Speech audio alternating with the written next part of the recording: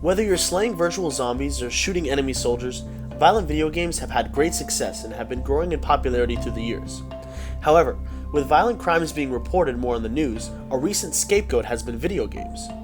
Before we continue, it is important to note that violent crimes have actually dropped to the lowest levels in the United States since 1978, as indicated by Time magazine. Disregarding this fact, will playing violent video games really make one violent? President Obama seems to think so, calling for Congress to allow $10 million to be allocated for research in connecting violent video games to gun violence. However, experts have a different take. Although some studies in the past have linked violent video games to enacting violence, an article published in 2014 by the Psychiatric Times reveals that, when taking other factors into account, such as intra-family violence, a clear link between violent video games and enacting violence becomes indistinguishable. Further, the same article notes that, in some studies, aggression actually decreased after exposure to violent video games. This could have been due to the fact that playing such games give individuals catharsis, or a release of negative emotions.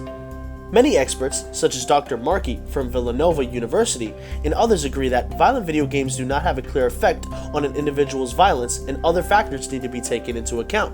Even though a clear correlation is muddled, some studies imply a connection, especially among adolescents. An article published by the American Psychological Association indicates that, although younger children are significantly impacted by the effects of violent video games, the ratings in place should be followed and prevent such exposure.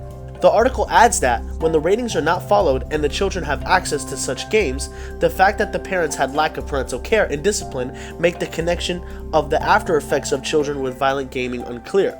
A different article by Dr. Gentile from Iowa State University and others read that participants that were not regularly exposed to violent video games had an increased emotional response in parts of their brain after exposure. In contrast, individuals that regularly played such games had little to no emotional response to exposure. This indicated desensitization, or an indifferent approach to perceiving emotional stimuli. People such as those in the military use desensitization to allow themselves to carry out otherwise traumatic tasks. However, as noted before, there is still not a clear correlation between playing violent video games and having violent behavior.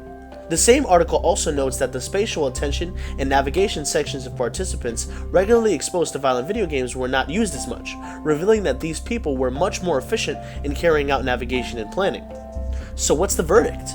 The one thing that experts seem to agree on is that video games alone are unlikely to bring out significant aggression out of an individual, and that, when an individual does act out of aggression and happens to have played violent video games, other factors need to be taken into account.